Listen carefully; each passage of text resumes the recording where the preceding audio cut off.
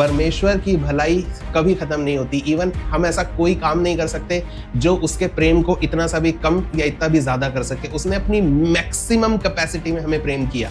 हम मनुष्य के तौर पे सोचते हैं, हमारी छोटी बुद्धि में इतनी बड़ी चीज समा नहीं पाती, तो इसलिए हम सोचते हैं कि जैसे कि हमारे साथ कोई बुराई करे तो हम कितना उसको क्षमा करेंगे। तो हम सोचते हैं ऐसा ही परमेश्वर भी होंगे कि हम कितनी बुराई करेंगे वो हमें कितना माफ कर पाएंगे।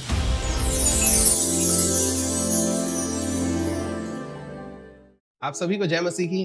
और इस 100 दिन की सीरीज में आज तीसरा दिन है और परमेश्वर की भलाई की नींव डालने के लिए जो वचन हमारे पास है वो है भजन संहिता 118 उसका 1 से 4। तो आइए इस पर ध्यान दें। इसमें लिखा है, यहोवा का धन्यवाद करो क्योंकि वह भला है और उसकी करुणा सदा की है।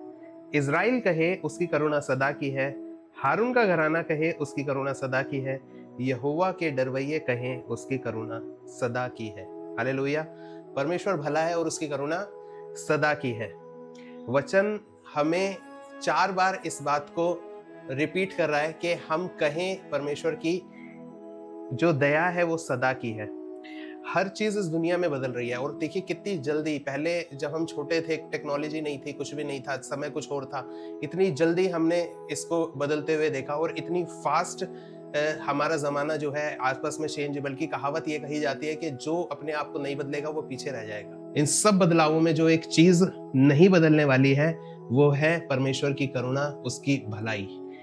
वचन हमें बताता है, यहोवा का धन्यवाद करो क्योंकि वह भला है और उसकी करुणा सदा की है। हालेलुया। सदा मेरे भाइयों एक ऐसा शब्द है जो कि खुद में बहुत गहरा है। सदा की ना तो कोई शुरुआत है और ना कोई अंत है। ऐसा नहीं है कि वो 1 साल तक है, वो 2 साल तक है, या वो तुम्हारे अच्छे काम करने तक है। ऐसा नहीं है। वो शब्द हमारे जन्म से पहले था और हमारे जन्म के बाद तक। सदा मतलब इज अ लॉन्ग टाइम। जैसे हमने माउंट एवरेस्ट के बारे में सुना है। हम जब पैदा हुए उससे पहले कई हजारों साल पहले माउंट एवरेस्ट था और आज तक भी है। और हम जब इस धरती से चले जाएंगे उसके बाद भी वो वहीं पर स्थिर रहेगा। मेरे भाइयों, परमेश्वर की भलाई उससे भी कहीं ज्यादा बड़ी है। उस एवरेस्ट से जो कि दुनिया में सबसे ऊंची जगह है, उससे भी कहीं ऊंची उसकी भलाई है। उसकी करुणा इतनी भली है कि वो हमारे कामों से बदल नहीं सकती। कई बार हमसे कुछ गलतियां हो जाती हैं तो हम इस गिल्ट में चले जाते हैं कि परमेश्वर हमसे प्रेम करना कम कर देगा, या हम ऐसा सोचते हैं कि मैं बार बार रिपीटेडली कोई पाप में गिरा हुआ हूं, या मैं नहीं निकल पा रहा है, मैं स्ट्रगल कर रहा हूं। तो वहां पर हम परमेश्वर की भलाई को छोटा आंकने लगते हैं।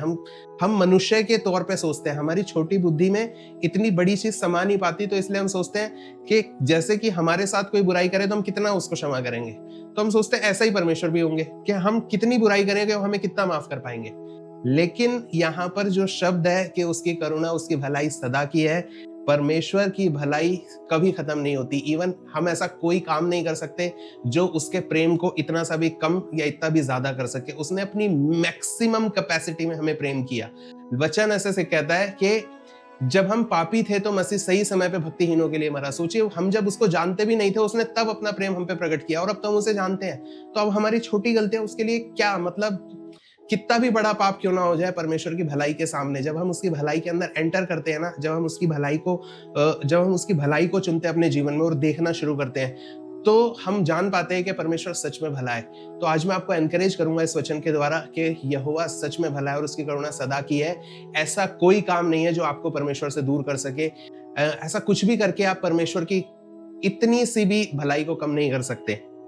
परमेश्वर ने हमें अपनी मैक्सिमम कैपेसिटी पे प्यार किया है। आइए हम इस प्रेम को समझें और परमेश्वर की भलाई को अपने जीवन में आने दें। और जब हम जानेंगे ना इस भलाई को, जब हम थैंकफुलनेस के साथ जब हम इस बात को बोलेंगे कि परमेश्वर हम तेरा धन्यवाद करते क्योंकि तू भला है, आप देखेंगे अपने जीवन में उस अनुग्रह को आते हुए जो आपको आपकी सिचुएशन से, आपको उस जो सालों के पाप हैं, जो वर्षों से आपको जकड़े हुए थे, आप उससे निकल पाएंगे, उन बुरी आदतों से निकल पाएंगे। और उस गिल्ट से, उस डिप्रेशन से परमेश्वर आपको अपनी भलाई के द्वारा, अपनी उस अनुग्रह से जो उसने अपनी भलाई में छुपाकर हमें दिया ना, वो अनुग्रह हमको बाहर निकाल लेगा। तो मैं आज आपको एनकरेज करूंगा, ये वचन को अपने जीवन में लें। आज के दिन इसको मनन करें और आगे आने वाले अपने जितने भी जीवन के दिन हैं। हम जब भी सुबह उठते हैं हम परमेश्वर को बोले हम तेरा धन्यवाद करते हैं परमेश्वर क्योंकि आप भले हैं। और जब आप अपने दिन की शुरुआत और अपने पूरे दिन में जब इस वचन को मनन करेंगे तो आप सच में उसकी भलाई को अपने जीवन में आते हुए देखेंगे। आइए हम प्रार्थना करें। धन्यवाद करते हैं राजाओं के राजा महान पिता परमेश्वर। हम जानते हैं प्रभु कि आप भले हैं और आपकी करुणा हम पर सदा बनी रहती है।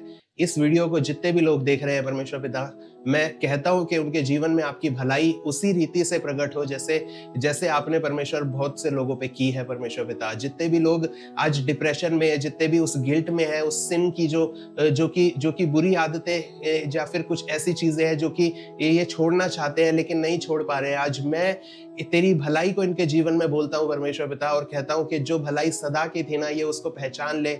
उस अनुग्रह से परमेश्वर पिता जो आपने हमारे ऊपर किया परमेश्वर पिता, मैं इन सब के लिए उस आजादी को बोलता हूं। लिखा है जहां पर परमेश्वर का आत्मा है वहां पर स्वतंत्रता है। आज मैं आपकी उस भलाई को इनके जीवन में बोलता हूं ताकि ये स्वतंत्र हो जाएं। यीशु मसीह नासरी के नाम से मैं इस दुआ को मांगता हूं, सुने और दया से ग्रहण करें, आमीन।